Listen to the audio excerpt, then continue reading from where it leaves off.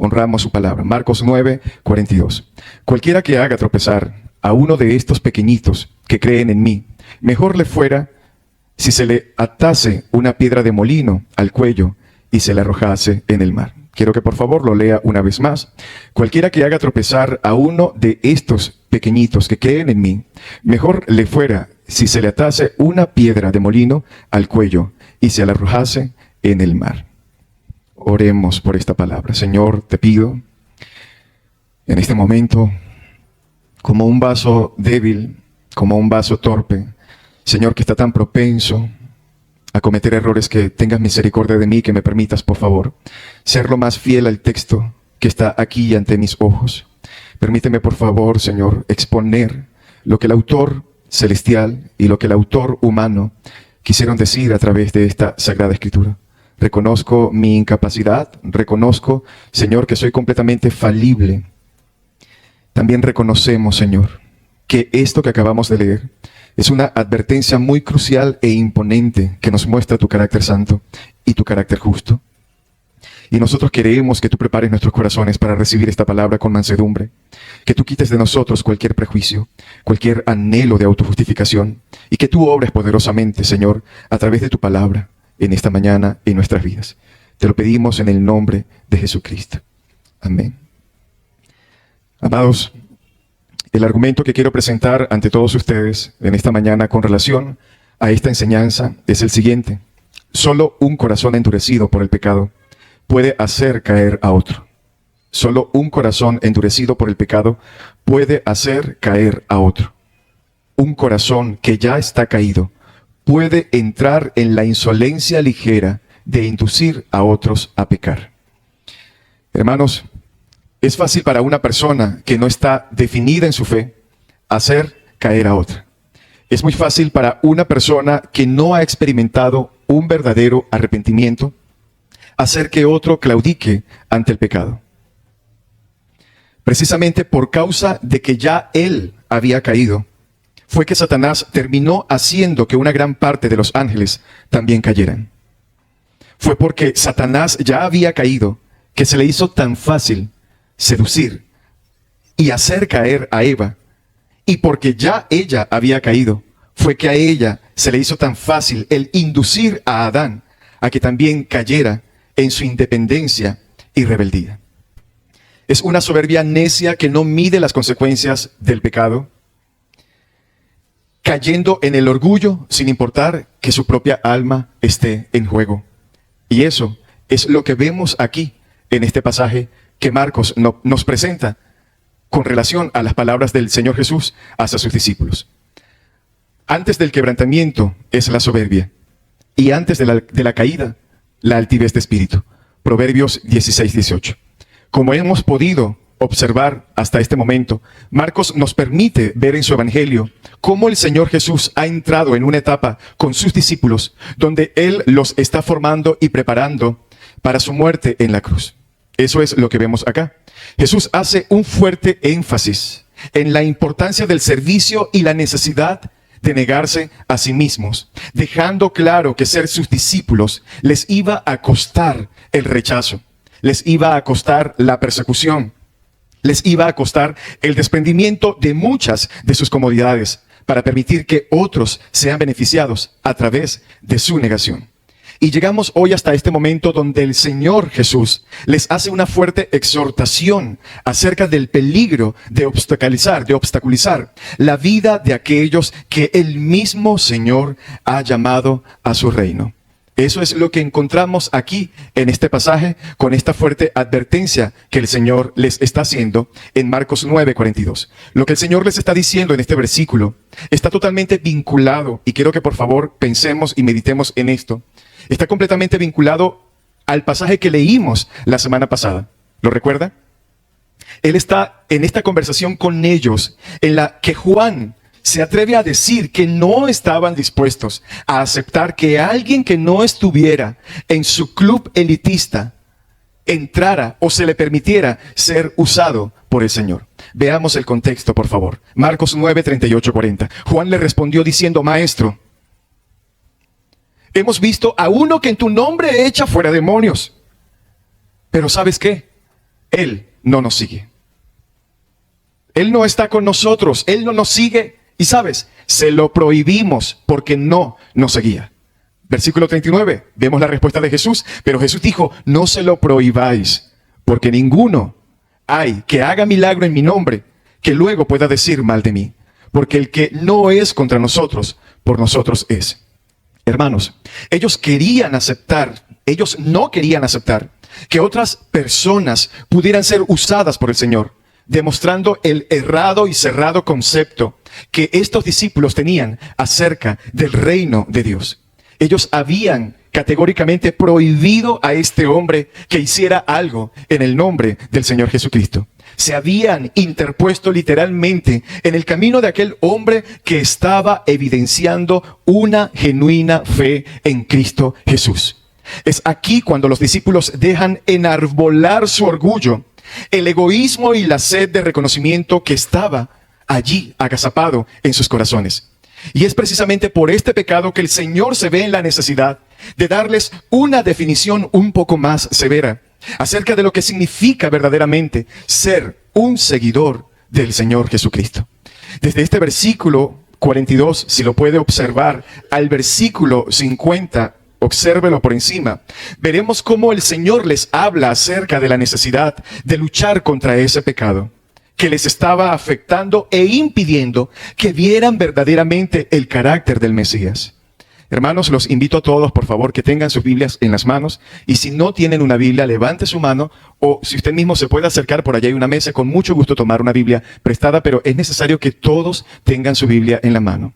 Recordemos que aquí somos personas que fomentan el principio de Hechos 17:11, donde vemos que los de Berea, ¿qué hacían? Verificaban que lo que le estaban enseñando era así. Bien, así que aquí está prohibido decirle amén a todo lo que el pastor diga si no está en la palabra. Aquí está totalmente prohibido aceptar cosas que no están en la palabra, por muy bonito que suenan. Por favor, yo le invito a todos a tomar sus Biblias en las manos y leer la palabra, porque para eso hemos venido. Entonces, aquí observamos desde el versículo 42 al versículo 50, cómo el Señor les habla acerca de esa necesidad de luchar contra ese pecado que les estaba afectando e impidiendo que vieran verdaderamente el carácter del Mesías. Pero por cuestiones, hermanos, de tiempo y por toda la enseñanza que este texto contiene, en esta mañana nos vamos a limitar. Sinceramente quise irme a los otros versículos, pero hay mucho que cortar aquí, mucha tela, y necesito por favor exponerlo en esta mañana porque es de suma importancia para todos nosotros. La semana que viene continuaremos con los demás textos, siguiendo la secuencia para no perder la exponencia de la palabra. Bien, entonces vemos acá. Jesús les dice en el versículo 42, lea nuevamente, cualquiera que haga tropezar. Véalo allí, versículo 42, 9:42. Cualquiera que haga tropezar a uno de estos pequeñitos que creen en mí, mejor le fuera si le atase una piedra de molino al cuello y se la arrojase en el mar. Cualquiera que sea, hermanos, es lo que está diciendo el Señor acá. Cualquiera que sea de piedra de tropiezo, cualquiera que menosprecie, cualquiera que frene, detenga, obstaculice, cualquiera que haga que un alma que el Señor ha llamado a su redil termine pecando, le es mejor que tenga una muerte tan terrible como la que el Señor está describiendo aquí al final de este pasaje. Entonces, desde este punto de vista de lo que el Señor está diciendo acerca de esta advertencia, nosotros podemos aprender algo muy importante. ¿Y qué es lo que aprendemos? Sencillo, hacer pecar es peor que pecar. Hacer que otro creyente que está en el camino del Señor peque por nuestra incitación es peor que nuestro propio pecado individual. Cuando Marcos usa esta expresión, haga tropezar, la palabra traducida significa literalmente hacer caer, incitar, entrampar, inducir, seducir o llevar a un creyente a que peque. Lo cual es un asunto, hermanos, sumamente serio y delicado ante los ojos de Dios. Es en este contexto donde Jesús les está haciendo a ellos un énfasis acerca de la importancia del verdadero discipulado, acerca de lo que verdaderamente significa tomar la cruz e ir en pos del Señor. Él les está enseñando que ser un seguidor de Él incluye e involucra acciones, pero también involucra actitudes, y que esas actitudes van a reflejar lo que verdaderamente está dentro de nosotros. Hermanos, el seguir a Cristo incluye e involucra acciones, pero también actitudes. acciones y actitudes. Él ya había hablado con sus discípulos acerca del tema del liderazgo. Lo recuerdan versículos antes. Él les dice, si alguno quiere ser mayor, ¿qué tiene que ser primero? Si alguno quiere ser el mayor, tendrá que ser el servidor. Es decir, acciones y actitudes. Y acá otra vez, hablando en cuestiones del discipulado, les está diciendo que no es lo mismo que tú caigas en pecado o que tú hagas caer a otro en pecado y que hagas caer a aquellos que el Señor en su amor infinito ha llamado a su redil. Esto es sumamente importante que nosotros lo analicemos en esta mañana. Aquellos que recién están llegando a la iglesia, aquellos que recién están conociendo del Evangelio, aquellos que aunque tienen cierto tiempo y por alguna razón todavía no han alcanzado cierta madurez, el Señor está diciendo acá, hey, cuidado con ellos, porque son mis pequeños, en los cuales yo he iniciado una obra, y al que le compete terminarla es a mí, no a ti que pretendes encerrarte en una burbuja, agarrarlo por el cuello y pretender meterlo en la propia burbuja que tú te has creado. Y Jesús les está diciendo a estos discípulos, creyentes que necesitaban profundizar más en el llamado al discipulado que Él les había hecho. Es como si el Señor les dijera, hasta este momento ustedes han captado la sustancia, no han captado la sustancia de lo que significa ser un verdadero y genuino creyente, lo suficientemente arrepentido. Las actitudes de arrogancia, hermanos, y sectarismo que los discípulos estaban mostrando evidenciaban que ellos necesitaban madurar más en su fe en el Señor. Hermanos, este versículo 42 al 50 se trata de una conversación absolutamente seria, donde Jesús les está mostrando una radiografía de lo que significa ser un verdadero seguidor de Cristo, lo que significa ser un cristiano y lo que significa la negación que todos debemos tener ante las circunstancias de esta vida terrenal.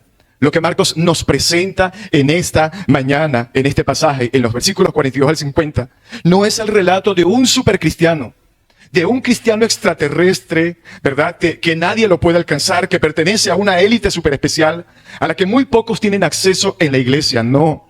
Lo que el Señor Jesús les está describiendo aquí es lo que todo verdadero creyente debería estar experimentando en su vida por el hecho de seguir a Cristo. Y por lo que Jesús les dice a estos discípulos, vemos que ellos estaban muy carentes de ese arrepentimiento, del cual el Señor Jesús les venía constantemente hablando y enseñando. Y que si hasta ese momento habían caminado y habían sido usados por el Señor, había sido por pura gracia del Señor Jesucristo. Es necesario saber que el llamado de Cristo a todos los que quieran seguirle a Él es a arrepentirse y creer. Eso, hermano, es de alguna manera lo que nos ayuda a nosotros a transicionar al verdadero cristianismo. El arrepentimiento y la fe.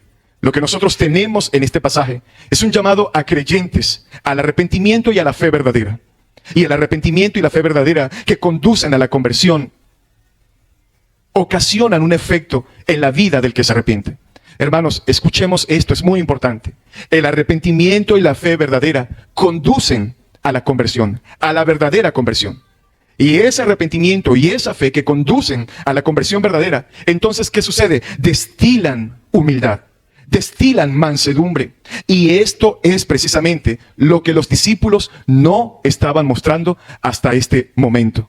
¿Por qué? Porque los hemos visto en los versículos anteriores cómo han tenido una actitud totalmente altiva, totalmente antagónica al carácter del Señor Jesucristo. Ellos están dejando que sus palabras evidencien lo que realmente está en sus corazones, como lo refiere Lucas 6:45. Todos sabemos que de la abundancia, de lo que hay allí depositado en el corazón, es lo que la lengua va a gesticular, va a hablar y va a pronunciar. Y vaya que ellos venían desde hace rato diciendo cosas que eran totalmente ajenas a lo que Cristo les había enseñado. Hermanos, aquí el Señor Jesús en estos pasajes está hablando de un verdadero arrepentimiento. Está hablando de la necesidad de cortar con el pecado, de cortar con todo aquello que es abominación y que prolifera en un corazón caído. El arrepentimiento, hermanos, es volverse de una vida de pecado. Es regresar, es devolverse de esa vida de pecado, volverse de una vida centrada en sí mismo, donde la persona deja de seguir su propia voluntad para obedecer la voluntad de Dios. El arrepentimiento es dejar de buscar su propia gloria. Es dejar de buscar nuestra propia gloria, que no es más que vanagloria, para volverse a Dios y caminar en pos de Él, confiando única y absolutamente en nuestro Señor Jesucristo, en su gracia que es suficiente para levantarnos de nuestra condición caída. Es evidente que los discípulos estaban centrándose en ellos mismos. Es evidente que los discípulos estaban enfocados en su exaltación, en los beneficios de estar con el Mesías. Pero ellos no querían aprender de los frutos y de la conducta de ese Mesías. Hermanos, si el centro de esto se enfoca hacia el arrepentimiento, entonces nosotros necesitamos digerir y comprender qué es ese arrepentimiento del cual el Señor Jesús habló tanto y cómo nosotros en nuestro camino como creyentes necesitamos asimilar ese arrepentimiento y escudriñar verdaderamente nuestros corazones frente a la palabra de Dios, haciendo esa introspectiva donde estamos analizando cada área de nuestras vidas para ver cómo estamos nosotros verdaderamente con la ayuda del Espíritu Santo. Arrepentirse se trata de que la persona se da cuenta de que toda su vida ha estado caminando por un sendero equivocado, porque ha vivido a espaldas de Dios y ha estado caminando en dirección hacia ese pecado. Hermanos, arrepentimiento es aceptar que ciertamente durante toda nuestra vida, la fuerza motora de nuestro corazón y de nuestra vida ha sido un nefasto orgullo que nos ha arrastrado a una conducta completamente altiva. Ha sido el egoísmo cuando debió haber sido la gloria de Dios, teniendo temor de Él. Arrepentirse es cambiar de dirección. Arrepentirse, hermanos, no es remordimiento. El remordimiento genera lágrimas, pero no genera una transformación verdadera. El arrepentimiento verdadero hace que la persona, a través del Espíritu Santo, vea la condición en la cual está. Y en esa misma condición el Espíritu Santo le hace ver a ese corazón la necesidad de un Salvador. Eso es el verdadero arrepentimiento. Es vivir con el propósito de que el Señor sea exaltado a través de nuestras vidas, que solo Él sea conocido con todo lo que hacemos. Arrepentirse es darse cuenta de que has estado equivocado toda tu vida. Es tomar la decisión de volverte hacia Dios, confiando únicamente en Cristo para el perdón de tus pecados. Es decidir renunciar al orgullo, decidir renunciar a nuestro egoísmo y pedirle al Señor que nos enseñe y que aprendamos a vivir para Él. Es reconocer nuestra bancarrota espiritual. Es reconocer esa bancarrota espiritual, es levantar una bandera blanca de rendición hacia Dios y al mismo tiempo declarar una guerra en contra del pecado. Esos son señales de arrepentimiento. El verdadero arrepentimiento cristiano, piadoso, implica una convicción sincera del pecado, una contrición sobre la ofensa hecha al Dios 3 veces santo, un alejamiento, escúcheme, del estilo de vida pecaminoso. Un alejamiento de ese estilo de vida pecaminoso que antes llevábamos. Y es un giro hacia una forma de vida que honre realmente al Señor y dueño de todas las cosas. El arrepentimiento genuino no es simplemente un replanteamiento de la relación que se tiene con el pecado y con Dios. El arrepentimiento debe estar enraizado primeramente en la comprensión de cuán pecaminosa es una acción, una emoción, una creencia o una forma de vida. Entonces, uno debe sentirse afligido por cuán ofensivo y doloroso es el pecado para Dios. Debemos, cuando estamos en un estado de arrepentimiento genuino, sentirnos y darnos cuenta cuán ofensivo, hermanos, es ese pecado para Dios. No se trata simplemente de sentir miedo de la retribución de Dios por causa del pecado. Porque todos sabemos que a veces las personas no le huyen al pecado con la intención de agradar a Dios, sino porque en sus esfuerzos desesperados lo que intentan es pretender huir del infierno, pretender ganarse el cielo y huir del infierno. Pero la razón primaria que debe arder en nuestros corazones, por la cual queremos huir de ese pecado, debe ser la gloria y la exaltación del Dios Todopoderoso. En otras palabras, el arrepentimiento debe estar arraigado a una alta estima hacia Dios y no hacia nosotros mismos. Porque aún por orgullo, una persona podría estar diciendo, gracias a Dios, que yo no soy como este publicano. Gracias a Dios que yo no peco. Pero lo estaríamos haciendo simplemente por pura vanagloria, por complacernos a nosotros mismos. El genuino arrepentimiento va a huir del pecado, no para mostrarse esa persona como el supersanto, no para su propia vanagloria, sino que va a huir del pecado porque quiere verdaderamente exaltar al Rey de Reyes y al Señor de Señores. Solo entonces, hermanos, alejarse del pecado para buscar la santidad puede verdaderamente llamarse arrepentimiento. La falta de arrepentimiento es pues una forma de idolatría. Negarse al arrepentimiento es elevar nuestras propias almas por encima de la gloria de Dios. Pero arrepentirse conduce al perdón del pecado, conduce a la eliminación de la disciplina divina y a la restauración y a la comunión con Dios por medio de seguir a Cristo a través del Señor Jesucristo. Eso, hermanos, es arrepentirse y es lo que el Señor Jesús está apuntando acá. Pero hay un detalle que todos los cristianos debemos tomar en cuenta. Si una persona, escuche, desea seguir progresando hacia esa madurez de la cual el Señor Jesús le está hablando tanto acá a sus discípulos, debe comprender, hermanos, que esa madurez ciertamente va a ser alcanzada. Pero todo verdadero creyente que toma esa decisión de comenzar a seguir a Cristo, es algo que debe hacer a lo largo de toda su vida. El arrepentimiento no es algo que yo experimento por unos segundos y después se me olvida. Porque entonces eso sería simplemente remordimiento. Sería como el típico esposo que al ser descubierto por su amada esposa y al ver que éste le fue infiel, comienza a llorar delante de su esposa con lágrimas, como coloquialmente le decimos, de cocodrilo, y le dice, yo no lo volveré a hacer, mi amor. Pero apenas su esposa le da la espalda, saca el celular y le vuelve a escribir a aquella mujer, el lunes nos vemos, ya sabes el hotel y la habitación. Que esta tonta ya se le pasó la rabieta. Eso, hermanos, es sencillamente un remordimiento falso que no genera la más mínima transformación en nuestras vidas. Necesitamos asimilar que la vida cristiana es una vida de arrepentimiento y fe constantemente, porque el arrepentimiento no es un fin. El arrepentimiento es un estado en el cual el creyente asienta su vida, porque todos los días la tentación estará presente de este lado del cielo. Y eso es básicamente lo que Marcos nos presenta en este pasaje con la vida de los discípulos. Jesús les está diciendo, ustedes tienen que cortar con el pecado.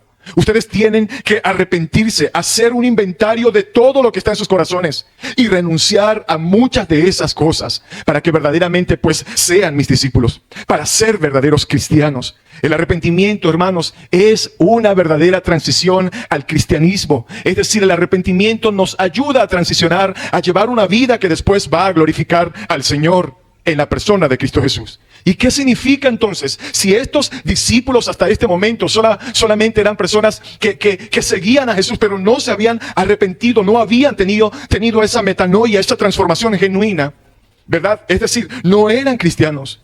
Entonces, ¿qué es lo que estamos viendo acá? ¿Qué es, pastor, entonces?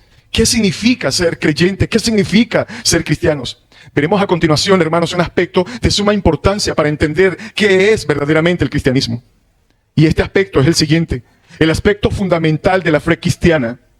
El aspecto fundamental de la fe cristiana es el amor verdadero de Dios. Ese es el aspecto fundamental y quiero que por favor lo asimilemos en esta mañana. ¿Cuál es el aspecto más fundamental de la fe cristiana? Es el amor verdadero de Dios, derramado en un creyente que procura el bienestar espiritual de los demás, sin importar el precio que se tenga que pagar.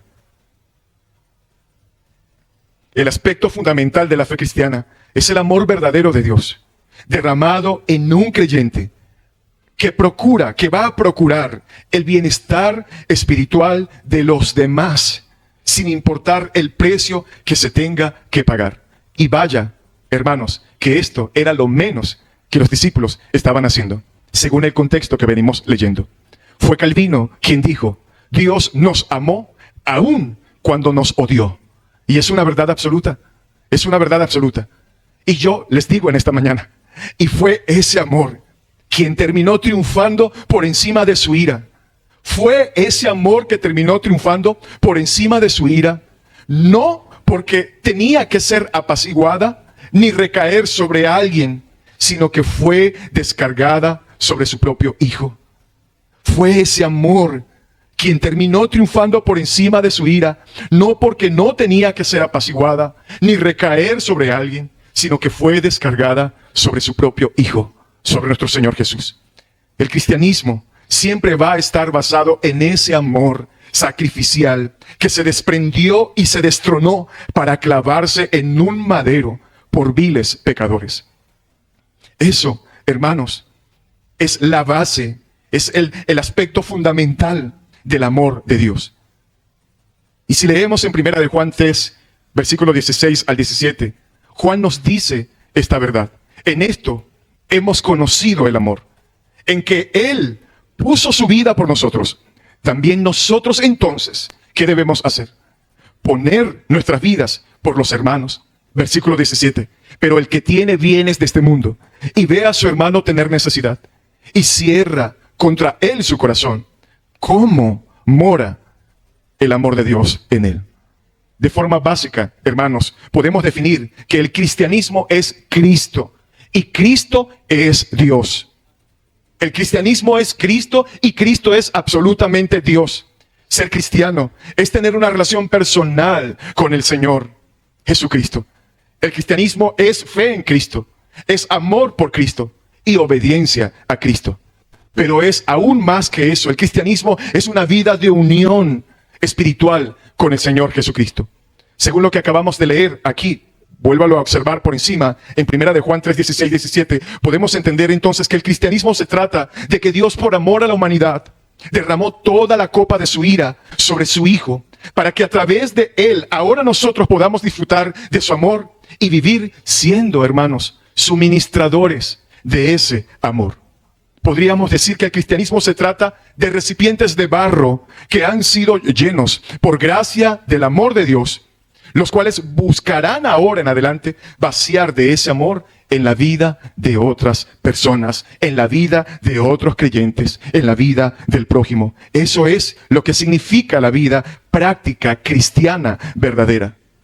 Hermanos, ¿por qué estamos hablando esto en esta mañana? Porque es precisamente todo lo contrario a lo que los discípulos estaban haciendo.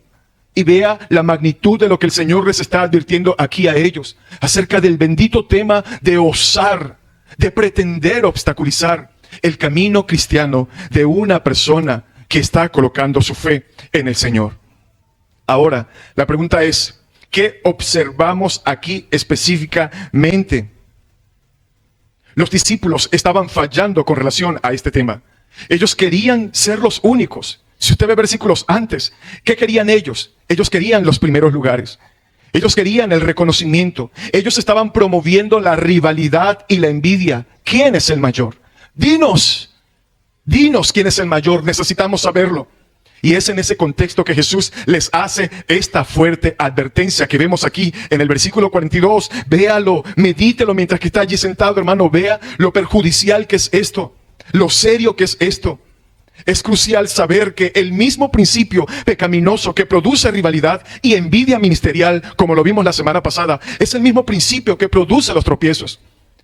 Es el mismo principio que produce rivalidad entre los hermanos. Ese mismo principio que produce ese egoísmo y esa sed de reconocimiento es lo que produce también los tropiezos hacia otras personas.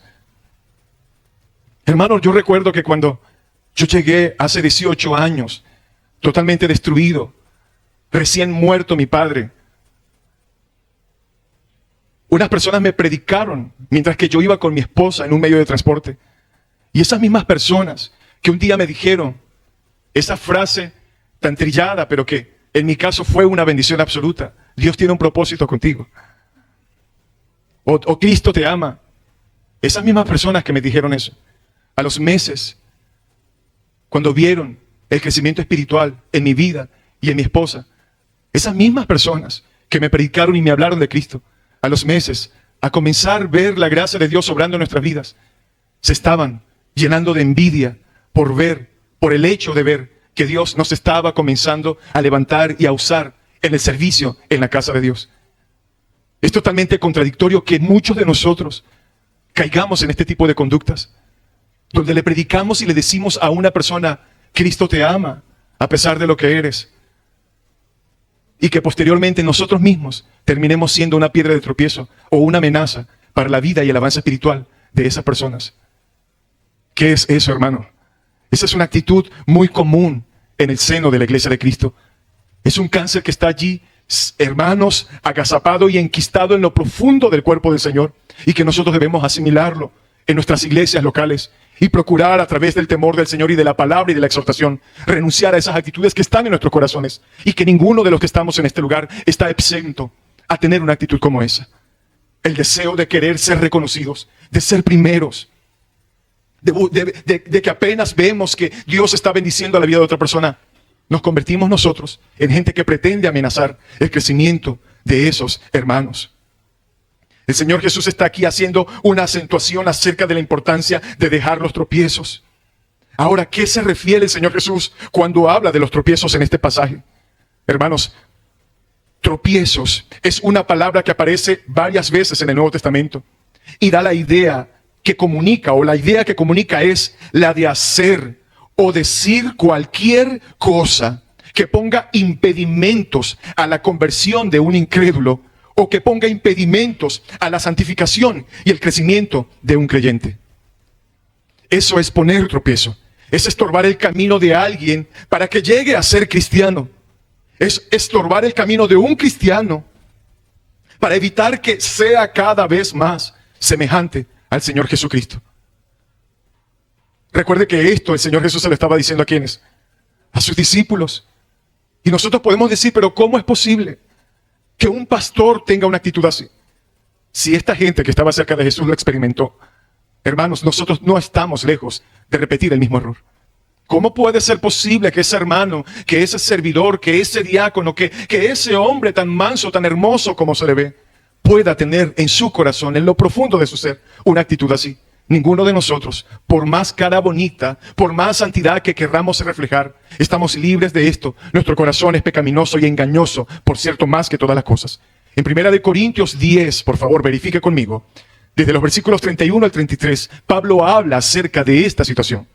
1 Corintios 10, 31 al 33, Pablo nos dice, si pues coméis o bebéis o hacéis otra cosa, hacedlo todo para la gloria de Dios.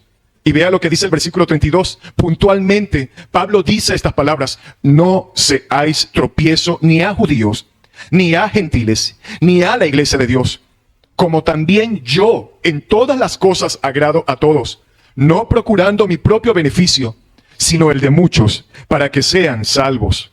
Vea la actitud de Pablo acá. Pablo está hablando de manera particular del uso de cosas que son lícitas, pero que pueden llegar a ser un estorbo si se usan de una forma descuidada. Pablo dice a los hermanos en Corinto, no sean tropiezo a nadie, ni a los judíos, ni a los incrédulos, ni a los gentiles, ni a los creyentes. Y es importante prestar atención a esto. Ciertamente, hermanos, todos sabemos, o por lo menos hemos aprendido en esta iglesia, que la salvación es algo personal. Marcos 16, 16 dice, el que creyere y fuere bautizado será salvo, mas el que no creyere será condenado. Aquí entendemos que la salvación es algo personal. Y el alma que pecare, esa morirá. Ezequiel 18:4. Pero debemos ser muy cuidadosos con lo que hacemos para evitar en la mayor medida posible que alguien sea dañado por nuestra conducta. Debemos tener sumo cuidado.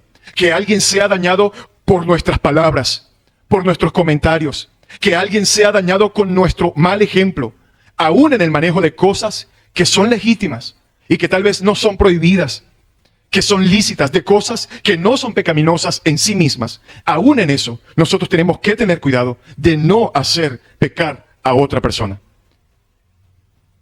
Pero que aún la práctica de dichas cosas o comportamientos pueden llegar a ser mal interpretadas por personas a las cuales Dios ha llamado a su rebaño y que podemos afectar su caminar en el Señor.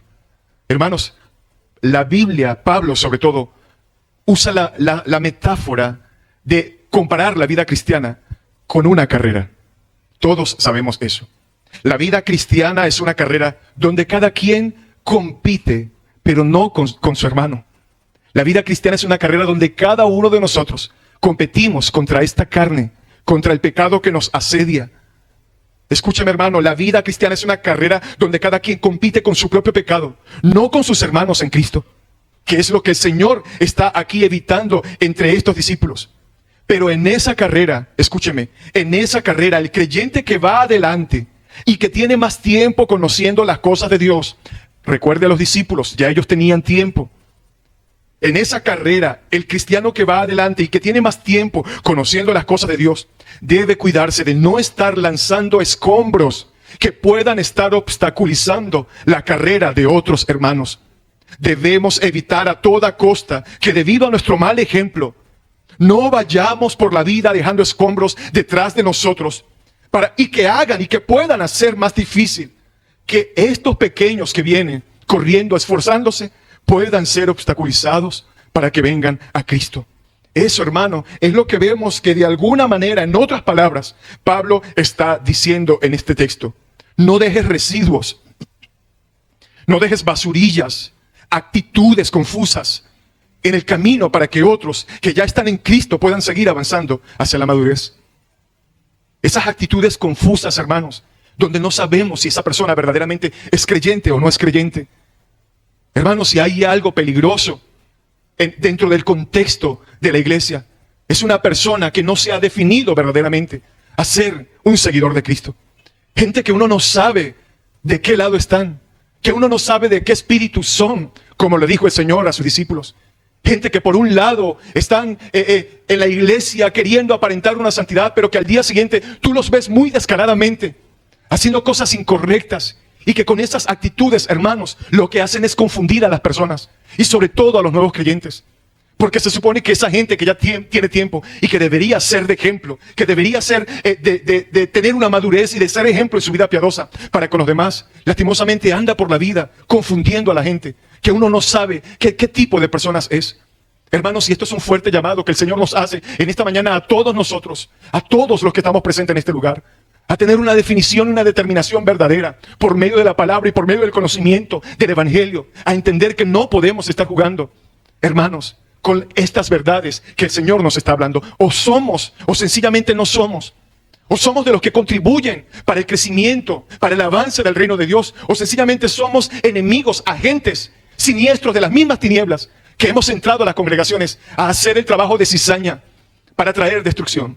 Y ciertamente todos sabemos que es necesaria la cizaña al lado del trigo para diferenciar y saber quiénes son verdaderamente, quiénes están verdaderamente. Juan dijo, salieron de nosotros porque no eran de nosotros y porque era necesario que se evidenciara que no eran de nosotros para ver verdaderamente quiénes son los que están siguiendo al Señor con toda actitud genuina.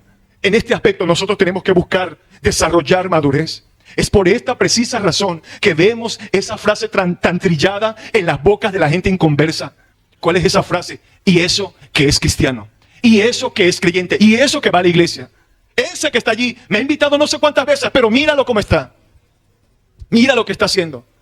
Ciertamente, hermanos, esto es un veneno cancerígeno que ha dañado durante mucho tiempo el crecimiento y el avance de la iglesia. Y yo entiendo que en la soberanía y en la providencia del Señor Dios permite todas esas cosas. Pero busquemos nosotros, hermanos, en nuestra mayor medida posible de definirnos. ¿Eres creyente o no eres creyente? Si eres creyente, hermano, tú estás llamado a fomentar, a apoyar, a respaldar la vida de otros, sin importar quiénes sean, sin importar que tengan más conocimiento que tú. Porque de igual manera ese hermano necesita apoyo. Necesitamos fomentar en otros, hermanos, ese apoyo que ayuda, ese apoyo que anima a su prójimo, sobre todo a los hermanos en la fe cristiana. Pero ver a una persona que no se sabe qué es, y que ustedes, lo más tremendo es que lo vemos, hermanos, todos los domingos, asistiendo a todos los servicios. Y lastimosamente, hasta sabiéndose la Biblia de tapa a tapa, pero son los primeros en dar mal testimonio. Necesitamos reflexionar en este asunto, madurar y verdaderamente, hermanos, pedirle al Señor que si alguno de nosotros estamos en esta condición, podamos rogar hoy al Señor y pedirle, por favor, ayúdame en esta situación que estoy atravesando. Es sumamente importante que veamos la advertencia que Jesús en este pasaje está o dirige a todo el mundo, a creyentes, a incrédulos. Jesús dice: cualquiera que haga tropezar. Vea el texto nuevamente de Marcos 9:42. Jesús dice cualquiera. Él no hace una clasificación allí. Es una frase generalizada. Cualquiera que haga tropezar, sea creyente o sea inconverso. Es una advertencia para quienes, para todo el mundo. Cuidado con el que haga tropezar a otro creyente. Cuidado con el que incite a otro creyente a pecar. Cuidado con el que estorbe el crecimiento espiritual de otro creyente.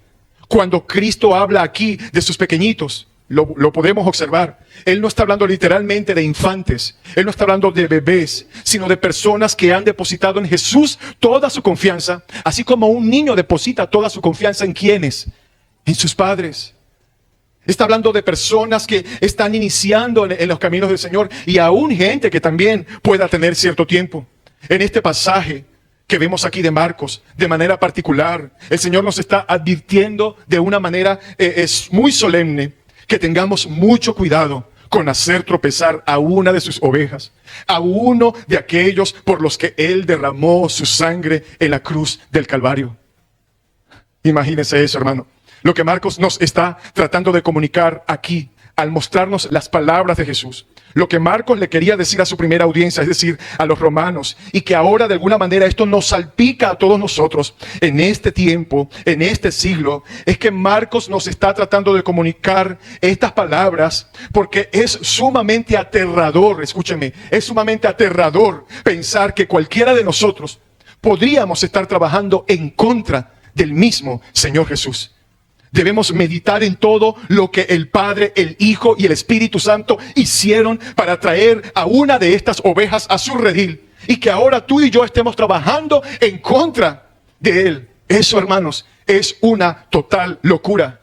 Que en vez de ser colaboradores de Cristo, nos convirtamos en aliados de las mismas tinieblas, y que ahora estemos haciendo una obra totalmente contraria a la obra que Jesús hizo en la cruz, que Él vino a hacer. Es aterrador pensar, hermanos, y por favor, vamos a aterrizar y vamos a prestar atención a esto. Evite de estar pensando en otras cosas. Escuche lo que estamos hablando acá. Es aterrador pensar que nosotros podamos estar dejando escombros en el camino para hacer más difícil que otros creyentes puedan avanzar. Eso es absolutamente aterrador. Esto es algo tan terrible a los ojos de Dios que Cristo dice aquí, vuelvo a leer, versículo 42, que es mejor, le fuera mejor para esa persona, antes de llegar a hacer eso, antes de poner una piedra de tropiezo, es mejor para esa persona que osa tener esa actitud. Es mejor que se le hubiera atado en el cuello una piedra de molino, de la que mueve un asno, y haber sido arrojado en lo profundo del mar. En los días del Señor, los molinos tenían piedras circulares para triturar el grano. Eso usted lo puede ver en cualquier Biblia o diccionario ilustrado en internet. Es algo muy fácil de conseguir.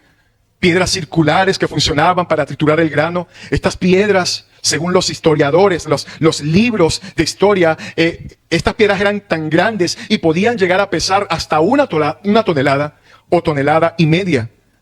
Entonces, vea lo pesado que era este objeto del cual el Señor Jesús dice que es mejor que lo ataran. Si analizamos, hermanos, las posibilidades de que una persona saliera de este acto tan agonizante, estando atado a esta piedra, era totalmente nula. Sus posibilidades de soltarse de esa piedra sencillamente eran nula. Lo que el Señor está diciendo aquí es que hacer tropezar a otro es un pecado tan grave que hubiera sido mejor para esa persona haber muerto previamente. Es mejor que te hubieras muerto antes por tu propio bien y que no hubieras llegado a ser de piedra de tropiezo para otra persona. Está hablando de una muerte tan terrible como esta.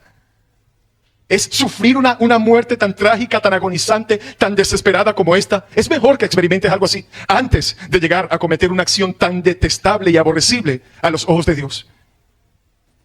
Jesús está diciendo aquí que hubiera sido mejor para esa persona que lo hubieran arrojado en el fondo del mar con una piedra de molino en el cuello, antes que le haga un daño a uno de mis pequeños. Este es un castigo, hermanos, que los romanos reservaban para sus peores enemigos.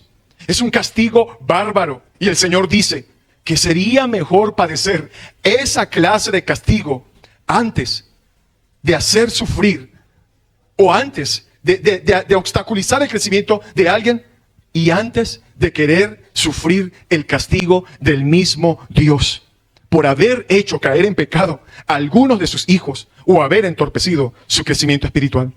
O sea, es mejor que esa persona se muera para evitar antes que cometa un pecado como ese.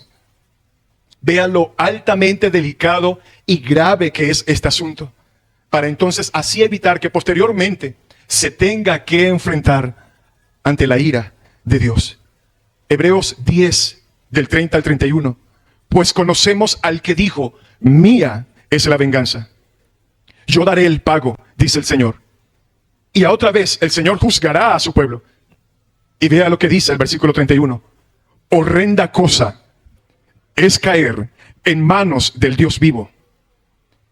Y en Hechos 26:14, con relación a esto mismo que estamos hablando, Jesús le dice a Saulo, dura cosa te es dar coces contra el aguijón. Vea, hermano, aquí lo que nos dicen estos pasajes y relaciónalo con lo que Jesús le está diciendo a estos que pretenden ser piedra de tropiezo para los pequeños. El Espíritu Santo, hermanos, nos ayude hoy a ver el peligro que es esto, lo peligroso que es esto. Esto es algo que es extremadamente serio, lo que Jesús nos está diciendo aquí. Hermanos, este es el tipo de advertencias que nadie debe tomar a la ligera. Y lo que sorprende de este texto es que el Señor está haciendo esta advertencia a ellos que habían formado su élite, a los discípulos. Y de forma colateral, también el Señor nos los dice a todos nosotros, a todos aquellos que se consideren discípulos de Jesús en este tiempo. Nosotros, hermanos, no podemos aislar a Cristo de los cristianos. Entendamos esta verdad. Nosotros, tú y yo, no podemos aislar a la persona de Cristo de los cristianos. No puedes aislar a Cristo de los cristianos. En Mateo, con relación a esto que estoy diciendo, Mateo 25, 35 al 42, por favor, verifique. Mateo 25, del 35 al 42, Jesús dice que cuando damos un vaso de agua al necesitado, ¿es a quien se lo estamos dando? Al mismo Señor Jesús. Cuando ayudamos al enfermo, es a Jesús a quien estamos ayudando. Y de forma invertida, si usted lo coloca al revés, cuando entonces le hacemos daño a un pequeño, es a quien se lo estamos haciendo. Al mismo Señor. Y Él mismo nos dice, en ese mismo texto, lo puede verificar, que habrá un castigo eterno por ese tipo de actitudes. Él advierte que habrá un castigo eterno. Hermanos, perseguir a la iglesia, hacerle daño a la iglesia, atentar contra la iglesia, es perseguir a Jesús. No es otra cosa más. Hacerle daño a la iglesia, perseguir a la iglesia, atentar contra la iglesia, es hacer daño al Señor Jesús. O es perseguir al Señor Jesús. Es atentar contra Él. Es atentar contra aquel que dice Apocalipsis 19:12, que sus ojos son como llamas de fuego. Es hacer una cosa tan absurda como esa. De manera que cuando un creyente le pone tropiezo a otro creyente, está cometiendo un pecado contra Cristo mismo de enormes proporciones. Entendamos esto. Y existen muchas maneras de llegar a ser piedra de tropiezo para otras personas. La más obvia y generalizada, la más obvia de todas, es incitar a otros a pecar contra Dios. Es incitar a otros a que osen pecar contra Dios, a violar los 10 mandamientos, ya sea con nuestro ejemplo o con nuestras palabras. Es pecar deliberadamente sin medir las circunstancias que eso acarrea, dando rienda suelta al florecimiento de nuestras concupiscencias para afectar de manera muy negativa la vida de otros creyentes. Y podríamos aquí hacer alguna pequeña lista, que es infinita, que hoy podríamos nosotros nombrar algunas que son muy comunes en el contexto de la iglesia. Un novio que seduce a su novia o viceversa para que tenga una relación impura antes del matrimonio, ya sea que lleguen o no a tener relaciones sexuales, se están convirtiendo en una piedra de tropiezo para el otro. Un creyente que invita a otro a ver una película que no debe ver o visitar un lugar que no deben visitar, sobre todo si es alguien nuevo en la fe, le está siendo piedra de tropiezo. Y permítame ser aquí muy minucioso y muy con peritas y manzanas para explicar esto. Una creyente que no tiene en cuenta la modestia en el vestir, que usa ropa sensual, ropa provocativa, que deja ver más de lo que una mujer piadosa debería dejar ver. Esa persona está siendo piedra de tropiezo a las demás personas, a los demás creyentes. Cuando usamos nuestra libertad descuidadamente, nuestra libertad sin tomar en cuenta el impacto que eso puede tener en la vida de otras personas, en la vida espiritual de otros creyentes, entonces estamos siendo piedra de tropiezo. Yo soy libre en el Señor. Y usted lo ve los domingos en la mañana, libertad, libertad en Cristo. Soy libre en Cristo. Pero esa libertad que tú tienes no te da derecho a que tú vengas a dañar la sensibilidad, podríamos decir la inocencia, por decirlo de alguna forma, que pueda tener un creyente recién convertido, una persona que está llegando a la congregación, un hermano que se está esforzando, que está procurando en sus posibilidades serle fiel al Señor. No por sus obras, sino por la gracia de Cristo, por la ayuda del Espíritu Santo, nosotros podríamos afectar la vida de esas personas. Pablo pone un ejemplo acerca del vino en Romanos capítulo 14. Puede anotarlo o puede revisarlo por encima. Esto es con Biblia en mano, por favor. Esto es con Biblia en mano, verificando lo que estamos escuchando. Allí en el capítulo 14 de Romanos, había hermanos que venían de un trasfondo pagano, donde el alcohol era un problema. Cuando un creyente en el uso de su libertad no tiene en cuenta que puede tener delante de él una persona que puede tropezar, que puede ser movida a su antiguo estilo de vida y no le importa, entonces esa persona está siendo piedra de tropiezo. Específicamente en Romanos 14:15, que dice, Pablo, léalo, no hagas que por la comida tuya se pierda aquel por quien Cristo murió. Entonces nuestra libertad puede convertirse, hermanos, en algo que haga tropezar a otros. Pablo dice, si yo tengo, por amor a Cristo y por amor a los hermanos, que dejar de comer y dejar de ingerir ciertas bebidas por el resto de mi vida, entonces no hay problema, yo lo voy a hacer. Eso es lo que, más o menos parafraseando, Pablo quiere decir aquí en Romanos 14, en todo ese capítulo. Cuando hacemos comentarios que puedan desanimar a otros creyentes en su lucha en pos de la santidad, le estamos poniendo una piedra de tropiezo. Por otro lado, pueden haber padres, y este es otro ejemplo, pueden haber padres tratando de criar a sus hijos en la disciplina bíblica, en la amonestación del Señor, no abusando, por supuesto, de ellos, pero sí aplicando la vara de vez en cuando, aplicando la vara de la corrección cuando es necesario. Y entonces llegan otros padres con más tiempo en la iglesia, supuestamente con más madurez, siendo contradictorios, diciéndole, ay, pero por favor, vamos a relajarnos. Tampoco seas así. Tampoco es que te vas a poner tan severo. Mira, nosotros ya tenemos años en la iglesia y nosotros no nos caemos en problemas con eso. Déjalo. No hay que ser tan religioso. Déjalo que escuche al conejo malo. Déjalo que se acueste a las 12 de la noche viendo comiquitas. Déjalo que tome el celular todo el día. No lo corrijas, ay, por favor. Y si está en la iglesia, no importa, también déjalo con el celular todo el tiempo que dure en la congregación. Cuando chismeamos en contra de otros hermanos, y lo hacemos deliberadamente sin importar quién está presente, estamos, hermano, provocando de ese modo que algunos creyentes se aíslen de la iglesia y estamos siendo piedra de tropiezo. Para ser cristiano, yo mejor ni voy. Si voy a ser como esa persona, mira, a mí no me vengas a predicar, no me vengas a hablar de eso. Eso es lo que normalmente cuando uno le habla de Cristo a otras personas, esa es la excusa que ellos sacan. Sabemos que es una excusa barata. Sabemos que cada quien tendrá que dar cuentas y que ellos también se tendrán que presentar delante de la presencia del Señor. ¿No? Pero eso es lo que normalmente la gente dice. Cuando tenemos actitudes de irreverencia aquí en la casa de Dios, violando las normas básicas de la congregación, cuando sencillamente damos un mal ejemplo a los invitados, hermanos, nosotros estamos siendo piedra de tropiezo para ellos. Cuando somos irreverentes durante el culto, cuando no nos importa dejar el teléfono con un tono altísimo y subirle todo volumen e interrumpir la predicación. Allí, hermano, querramos o no, nosotros estamos dando un mal ejemplo a la gente que nos está visitando, a los creyentes que están llegando, a la gente que Dios mismo se ha encargado de hacerle una cita para que esté en el servicio.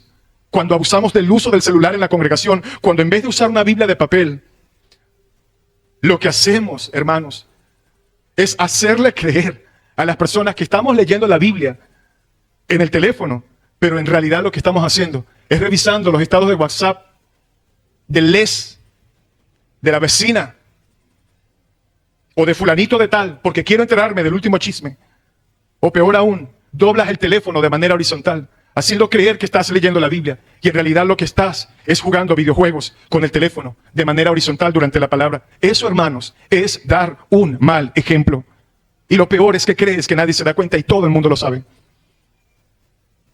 Necesitamos reaccionar en cuanto a esto. Cuando promovemos la inmoralidad en la iglesia, estamos siendo piedra de tropiezo. Cuando tu estilo de vida, el uso de tu tiempo, el uso de tus recursos, la forma en cómo te entretienes y promueves los valores del mundo y lo llevas a tu vida, que son ajenos completamente a la vida de piedad, allí nosotros estamos siendo piedra de tropiezos. Hermanos, por favor, hay actitudes del mundo que son completamente ajenos y contrarios al temor de Dios, que no promueven la fe cristiana y que más bien lo que promueven es confusión. Promueven confusión a los más pequeños. Y eso es mundanalidad. Y cuando tú vives así, hermano, estás promoviendo confusión a los más pequeños. Cuando vivimos de esa manera, cuando nos comportamos así, estamos lastimosamente siendo piedra de tropiezos para otras personas. Cuando un hermano te pide el teléfono para buscar cualquier cosa en Google, en YouTube, el algoritmo de YouTube y de Google te lanza por un barranco, te delata completamente, porque apenas ese hermano pone una palabra, lo primero que le sale es el historial de todas las páginas indebidas, o de todas las músicas o las canciones mundanas que tal vez tú no, o mejor dicho, no deberías estar escuchando ni viendo. El algoritmo nos delata. Eso suena así como para una predicación, pero es una triste realidad. El algoritmo de tu teléfono, de tu internet, te delata y muestra qué es lo que estás consumiendo, con qué te estás edificando o destruyendo. Y todo eso, hermanos, la gente lo ve. Todo eso la gente lo observa. Y yo sé que nosotros no vivimos para la gente. Pero debemos entender que somos cartas abiertas, que están siendo observadas. Y como dijo Charles Spurgeon, ciertamente el inconverso, el mundano, no lee la Biblia. El mundano lee creyentes, lee cristianos. ¿Qué estamos nosotros haciendo con nuestra vida espiritual? ¿Qué estamos haciendo nosotros con nuestras redes sociales? Que en este tiempo cualquier persona tiene una red social, cualquier persona abre un TikTok, un canal de YouTube y comienza a subir contenido. ¿Qué estamos nosotros haciendo con esto, con estos recursos? ¿Qué estamos haciendo nosotros con estas cosas? ¿De qué nos sirve a nosotros subir una publicación muy espiritual? Porque para ser espirituales están las redes sociales. Pero basta con escudriñar verdaderamente la vida diaria de una persona para ver qué tan espiritual es. Confundimos a la gente. Cuando un día amanecemos muy espirituales y publicamos Filipenses 4:13, todo lo puedo en Cristo que me fortalece, descontextualizando totalmente ese versículo y con una pesa en la mano haciendo así, todo lo puedo en Cristo que me fortalece. O publicando la frase tan trillada, con Dios todo, sin Dios nada. Pero al día siguiente estás subiendo una foto semidesnuda o haciendo gestos con tus manos completamente grotescos y groseros a tu fe en Cristo Jesús. Estás haciendo cosas que son incorrectas. Hermanos, estas actitudes son actitudes que siembran confusión en la vida de los creyentes, en la vida de las personas que vienen detrás de nosotros. Cuando nuestra falta de compromiso con la iglesia, sobre todo cuando somos servidores en un área de la congregación, cuando nuestra falta de compromiso con la iglesia y con los hermanos estimula a otros a tener esa misma falta de compromiso, nosotros estamos siendo piedra de tropiezo. Cuando no me interesa asistir a otro culto, sino simplemente en el culto donde yo sirvo. Pero los demás no me interesan. Hermanos, nosotros no somos aquí estrellas de nadie. Nosotros aquí no estamos porque seamos indispensables. Nosotros estamos aquí por misericordia y por gracia del Señor. Y debemos entender que o somos creyentes verdaderos, con todas las letras, con todos los colores, en todas las áreas de nuestras vidas, o sencillamente no estamos. Porque en vez de fomentar la verdadera fe piadosa, lo que estamos haciendo es confundiendo a la gente. Necesitamos, hermanos, asimilar todo esto. Todos nosotros, todos, necesitamos asimilar estas verdades. Y aquí ya, para finalizar, hermanos, vamos a entrar en la parte aplicativa, ya para terminar esto. La pregunta es, ¿podría un creyente, pastor, ahora que estamos hablando de esto, ¿podría un creyente que está haciendo estas cosas perder su salvación? Obviamente, hermanos, obviamente que no. Efesios 2, del 8 al 9, y ya vamos a analizar eso, dice, porque por gracia sois salvo por medio de la fe. Y esto no de vosotros, pues es don de Dios, no por obras, para que nadie se gloríe. Aquí entendemos que la salvación es de Jehová, dice el libro de Jonás. Escúcheme. Pero esto ciertamente es algo alarmante. Alarmante. Esto es alarmante porque es probable que la persona que está insistiendo o reincidiendo en este tipo de conductas lo esté haciendo insistentemente sin el más mínimo redarguir, pues puede estar dejando en evidencia que no es creyente. Eso sí puede ser lo que está ocurriendo. Ahora, también puede haber cristianos que están pasando por una especie de debilidad en su vida piadosa, ¿no? De repente han caído en este tipo de comportamientos y saben que deben detenerse. ¿Y cómo podemos asimilar esto? Bueno, porque lo vemos en la vida de ¿quiénes? De los discípulos, los cuales se comportaron tal cual de todo lo que estamos hablando acá, pero más adelante ellos maduraron y se arrepintieron. Entonces, no necesariamente una persona va a ser descalificado para la salvación, porque la salvación es por gracia, no es algo que nosotros podemos comprar. Le pertenece al Señor absoluto. Bien, pero sí puede un creyente estar trastabillando, teniendo estas actitudes por ciertos descuidos en sus disciplinas espirituales. Se pudo haber aflojado la hebilla o la correa, por decirlo de alguna manera, de forma espiritual, y pueda estar teniendo este tipo de conductas. Pero debemos entender que estamos en un proceso y el Señor nos ayuda aún si en algún momento, hermano, nos hemos visto o tú te has visto en algún tipo de estas actitudes. Y Pablo nos los dice en Filipenses capítulo 1:6, estando persuadidos de esto, de que el que comenzó la buena obra en vosotros, en nosotros, la perfeccionará. Es decir, la obra que Él comenzó en nosotros, la buena obra de la perfección, Él la cumplirá y la llevará hasta su clímax el día del Señor Jesucristo. Hermanos, algo que debemos entender es que el Señor no deja inconcluso lo que hace. Si Él derramó su sangre por ti en la cruz del Calvario, hermanos, tú puedes estar seguro de que vas a llegar a la gloria porque ya Jesús hizo todo lo que había que hacer para que eso ocurra con toda certeza, hermanos. Y gloria a Dios porque la salvación es del Señor y no pertenece a nosotros. Porque si por unos segundos tan solo la salvación dependiera de usted, tome la salvación, agárrala allí, cuídala. No hemos ni pestañeado cuando ya hemos sencillamente hemos sido exterminados. Pero por cuanto la salvación es del Señor, podemos estar seguros que esa salvación en el verdadero creyente es algo que ese creyente genuino y verdadero nunca podrá perder. Primera de Corintios 8:12. De esta manera, pues, pecando contra los hermanos e hiriendo su débil conciencia, contra Cristo pecáis. Aquí vemos estas palabras nuevamente de Pablo. Hermanos, entendamos que es hacia Cristo en contra de quien pecamos cuando tenemos estas actitudes. Él dio su vida para que esta persona pudiera ser rescatada de la esclavitud del pecado. Cristo vino en rescate por nuestras almas. Él vino en rescate para que esa persona pudiera crecer en santidad. Y es triste que tú le estés arrojando esas basurillas, le estés dejando un mal ejemplo, le estés lanzando escombros en el camino para que se le haga más difícil avanzar hacia la madurez, hacia la cual el Espíritu Santo lo quiere llevar, para que sea menos semejante a Jesús. Eso, hermanos, es totalmente detestable a los ojos de Dios. De ninguna manera podemos tomar ese pecado a la ligera. Este pecado del cual habla aquí este texto, no lo podemos nosotros tomar como que algo rutinario, como que eso es el pan de cada día en la iglesia, pastor. Usted no puede cambiar eso. Ciertamente nosotros no, pero el Espíritu Santo, a través del temor que pone en la revelación de su palabra, que por cierto ya está absolutamente revelada y que no necesitamos nuevas revelaciones, nosotros podemos, hermanos, salir de este tipo de actitudes. Otra razón por la que esta advertencia está aquí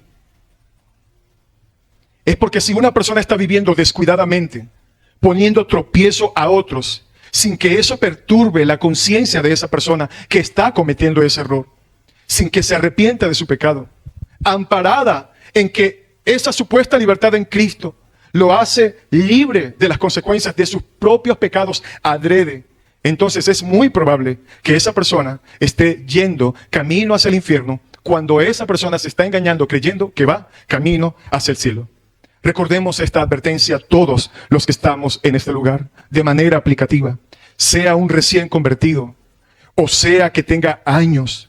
Y tú que tienes más tiempo en la iglesia, tú que tienes más conocimiento de la palabra, y tú, hermano, que induzcas o que pongas una trampa a aquellas personas, aprovechándote quizás de su entusiasmo o de su falta de luz en las Escrituras, y que tú hagas caer a estas personas que Dios los llama a su redil, es un acto flagrante de arrogancia y de levantamiento contra el mismo Dios y Señor de todo el universo.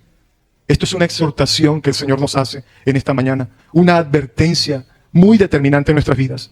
La Biblia dice que una fe que no produce obras es una fe que está muerta, que es vana. Y de las obras que produce la fe, entiendas, hermanos, una de las obras que produce la fe en el creyente, la más evidente de todas, es el amor por tus hermanos. Es el amor por aquel que viene necesitado de Dios a la iglesia. Es el amor mismo que se derramó en la cruz del Calvario para dar salvación a la vida de esa persona que nosotros pretendemos hacer caer. Porque tú puedes decir que tú amas a Dios, hermano. Podemos engañarnos a nosotros mismos y decir, yo amo a Dios, pastor. Yo lo amo. Usted no sabe cuánto yo lo amo. Es que yo lo amo, lo amo. Lo amo. Tú puedes decir que tú amas a Dios.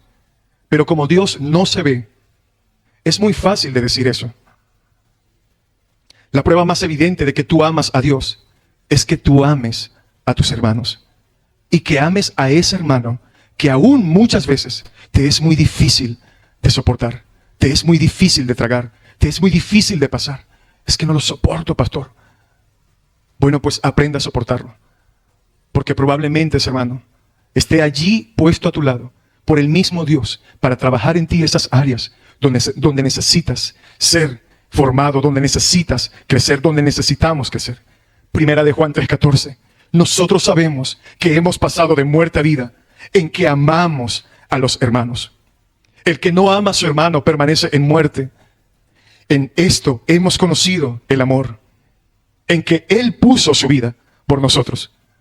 También nosotros debemos poner nuestras vidas ¿por quiénes? Por los demás.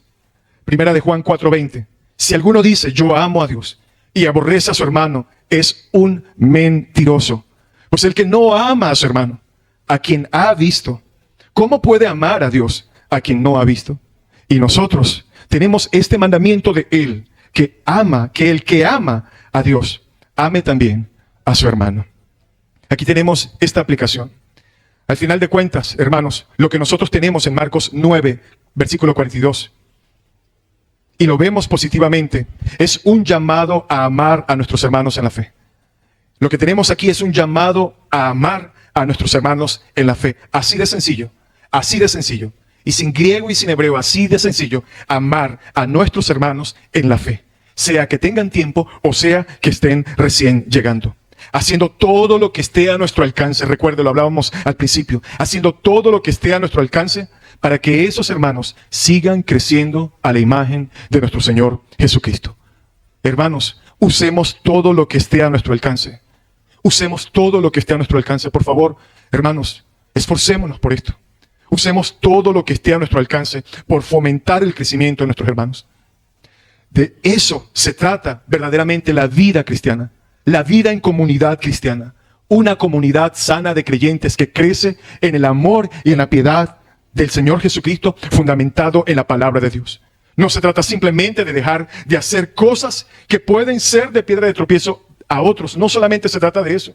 Porque tú puedes decir, ya voy a dejar de hacer eso, pero quedarte de brazos cruzados y después no ayudar a esa persona. Ciertamente puedes dejar esas actitudes incorrectas de hacer tropezar a tu hermano, pero también debes poner de tu parte. ¿Para qué? Para ayudar en el crecimiento de este hermano. El llamado, hermanos, es amar a los demás con un amor ciertamente definido, con un amor determinado, con un amor intencional. Hechos 4:32, aquí vemos la sustancia de la iglesia primitiva y vemos cómo esto era lo que proliferaba en sus reuniones cristianas. Hechos 4:32, y la multitud de los que habían creído era de un corazón y un alma, y ninguno decía ser suyo propio nada de lo que poseía, sino que tenían todas las cosas en común. Hechos 2:46 al 47, un poco antes. Hechos 2:46-47, ¿qué dice? Y perseverando unánimes cada día en el templo y partiendo el pan en las casas, comían juntos con alegría y sencillez de corazón. ¿Cuánto nos hace falta esto en nuestras vidas? ¿Alabando a quién?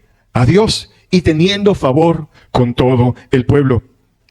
Y entonces así, solo así, el Señor añadía cada día a los que habían de ser salvos. Ver a un hermano con cierto desconocimiento en la palabra no es oportunidad para que lo deseches, sino que es una oportunidad para ti de ser instrumento de gracia para el crecimiento de dicha persona. Determínate, hermano, determinémonos a ser de bendición para aquellos que forman parte del cuerpo de Cristo. Esos hermanos son como lienzos. Esos hermanos que son débiles en la fe, esos hermanos que tienen desconocimiento de ciertas cosas en la palabra, son como lienzos en blanco que esperan sedientos por los coloridos matices de la rica palabra de Dios. ¿Eres tú un contenedor de la palabra? Pues entonces, hermano, contribuye a la edificación de cada uno de los que te rodean cuando el Señor te dé la oportunidad. Hermanos,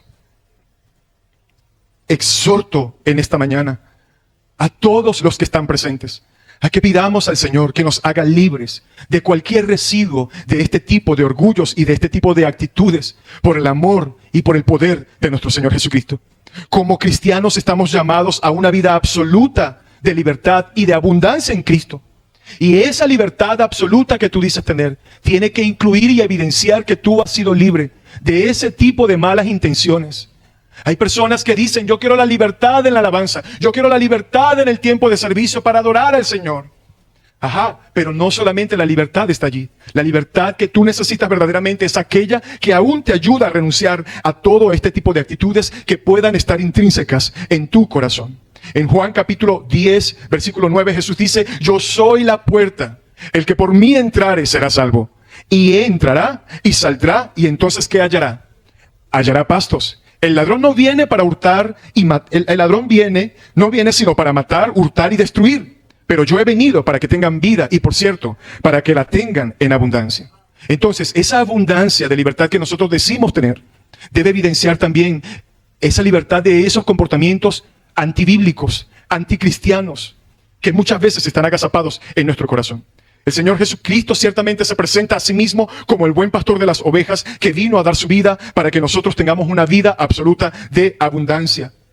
Hermanos, pero pidamos al Señor y que podamos asimilar que esa libertad alcance también esas áreas oscuras en las que muchas veces nosotros permitimos este tipo de orgullo que nos lleva a ser piedra de tropiezo para otros. La vida que Cristo nos ofrece en el Evangelio no es meramente una especie de póliza de seguro que nos garantiza que iremos al cielo después de la muerte. No es solamente eso, hermano. Ciertamente tenemos esa garantía. Pero Él vino a satisfacer aquí y ahora todas nuestras necesidades urgentes y aún los anhelos más profundos de nuestra alma, siempre y cuando estén alineados a la voluntad del Señor. Cristo vino a libertarnos de la esclavitud del pecado. Él vino a reconciliarnos con Dios. Seamos nosotros promotores de esa reconciliación, no gente que siembra la rivalidad entre los hermanos. Él vino a dar sentido, propósito, trascendencia, significado a nuestra vida en lo absoluto. Él vino a darnos seguridad, consuelo, gozo, esperanza. Él vino a darnos contentamiento. Él dio su vida en una cruz para que nosotros pudiéramos experimentar esta clase de vida. Pero esta clase de vida se tiene que ver en todas las áreas de nuestra existencia. Hermanos, Cristo no derramó su sangre en la cruz del Calvario para que tengamos una vida esclavizada al pecado, a este tipo de actitudes, a este tipo de pecados de los cuales Él habla aquí, como lo es el orgullo y la rivalidad. Él nos invita a luchar contra ese espíritu orgulloso, contra ese espíritu independiente que se pone altivo delante del trono de Dios, contra ese espíritu egocéntrico, para que podamos entonces beber abundantemente del agua de vida que Él ofrece a los suyos. Y solo así entonces podremos disfrutar en la misma medida que en nosotros haya un crecimiento de amor. ¿Para quiénes? Para los demás. En nuestra comunión con Él, hermanos, en nuestro deleite con Él. Ese es un amor que se manifiesta y que lo reflejamos hacia los demás. Que sea evidente, amor, hermano, ese amor sacrificial. Que sea evidente ese amor sacrificial a los demás, es decir, a nuestros hermanos. En esta mañana el Espíritu Santo ha despertado nuestras vidas a un llamado urgente del cual debemos, hermanos, reaccionar y huir de este tipo de actitudes. Y yo les digo a todos los que están presentes, si el Espíritu Santo en esta mañana ha despertado tu conciencia con relación a esto y te ha dado convicción de pecado, dale gracias al Señor por eso. Yo sé que estas son cosas que normalmente muchas veces no se les da interés en la congregación, Pero nosotros, si vamos a hablar expositivamente, debemos dar todo el consejo de la palabra. Y esto es lo que nos tocaba el día de hoy. Y si el Señor lo está permitiendo es porque necesitamos crecer. Si Dios te está mostrando esa tibieza espiritual en la cual muchas veces claudicaste y llegaste a tener esta actitud, entonces hoy puedes venir a Cristo clamando por misericordia y rogándole perdón en oración, y que avive tu corazón, que avive en ti la llama, una pasión genuina por todo su pueblo, por tus hermanos, aún por aquellos que muchas veces se levantan en contra de ti. El Señor nos llama a amar aún a aquellos que se declaran nuestros enemigos. Si hemos cometido estos errores, hermanos, reflexionemos esto. Si hemos cometido estos errores de los cuales hemos hablado el día de hoy, si en algún momento de nuestras vidas hemos tenido estas actitudes, el llamado en este día que el Señor nos hace es que no te quedes allí postrado. Es que al igual que los discípulos que lo llegaron a cometer, puedas salir de ese error. Pedirle al Señor que te ayude en tu crecimiento, en tu fe cristiana, para soltar ese tipo de comportamientos. No te quedes postrado rumiando ese tipo de actitudes, ese tipo de fracasos, ese tipo de pecados, ese tipo de culpabilidad. Recuerda que la vida cristiana es una vida de arrepentimiento, como lo dijimos al principio, es una vida de arrepentimiento y fe constante. Y Dios nos llama hoy a verdaderamente renunciar a estas actitudes. Creyente que estás en este lugar, cristiano, recuerda, nuestro Señor no echa fuera a aquellos que claman por perdón y por oportunidad. Mira el amor de Dios en esta mañana. Miremos el amor de Dios. Creyente que estás aquí, nuestro Señor no echa fuera a aquellos que claman por perdón y oportunidad. Si has cometido estos errores, si has tenido estas actitudes, recuerda estas palabras. Como un acto de misericordia, el Señor nos da esta palabra en este día. ¿Saben por qué, hermanos? Porque nos ama. Porque nos ama a pesar de lo que somos. Y quiere que crezcamos corrigiendo los errores que hemos venido cometiendo.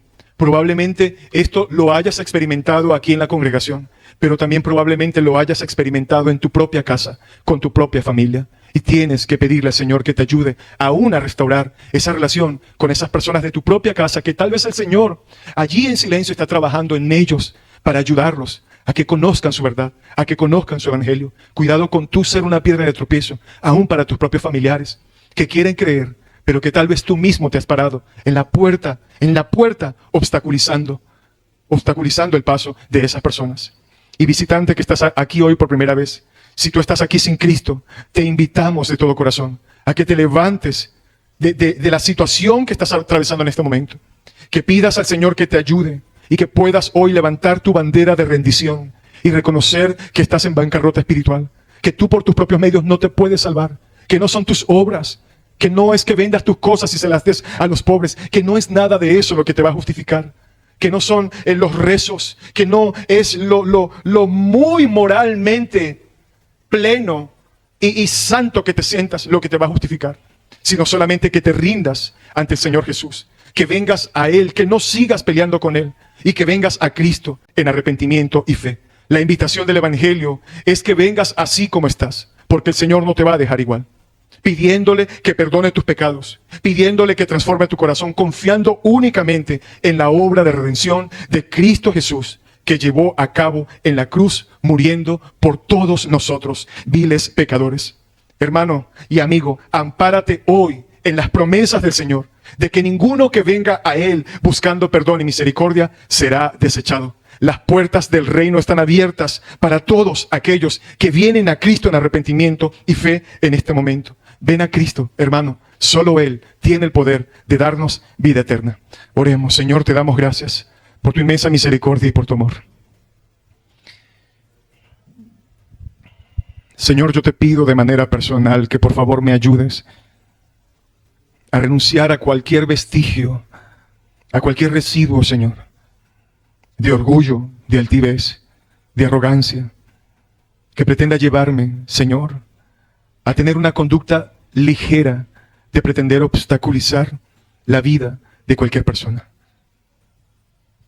Y de la misma manera, Señor, te pido por cada uno de los que están en este lugar. Y unánimes te pedimos, por favor, perdona nuestras actitudes en cuanto a esta conducta, la cual hoy, Señor, podemos entender de una manera clara y abierta y abundante que tú la desprecias en lo absoluto. Por favor, te pedimos que tu gracia y tu misericordia puedan alcanzarnos en este día y ayudarnos, Señor, a renunciar a todo esto y abrazar la idea que nos das, que nos ofreces en esta mañana, de amar verdaderamente a nuestros hermanos, porque entonces solo así quedará en evidencia que verdaderamente te amamos a ti. Por favor, te lo pedimos. Ayuda a esta iglesia y ayúdanos a todos nosotros a crecer, a madurar en nuestra vida piadosa, a crecer en el conocimiento de tu palabra, Señor, y a poner por obra todo lo que hoy hemos escuchado, entendiendo que todos los que estamos en este lugar, ninguno es infalible y todos hemos en algún momento de nuestras vidas cometido este grave error. Por favor, ayúdanos y te damos gracias, Espíritu Santo, por hablarnos en esta mañana a través de tu palabra. Te damos gracias, oh Dios, Padre eterno, por tu inmensa misericordia, porque sabemos que todo esto que has hablado a nuestras vidas, Señor, es por amor a nosotros. Es porque quieres que cada vez nos parezcamos y seamos como tu Hijo Jesucristo. Como dijo el apóstol Pablo, hijitos míos, por los cuales sufro dolores de parto, hasta que Cristo, el carácter de Cristo, sea formado en vosotros. Señor, que este carácter, el cual Marcos nos ha dejado ver de la persona de Jesús en este día, en este texto, pueda, Señor, desarrollarse en lo absoluto en nuestros corazones. Te lo pedimos encarecidamente, en el poderoso nombre de Cristo Jesús. Amén.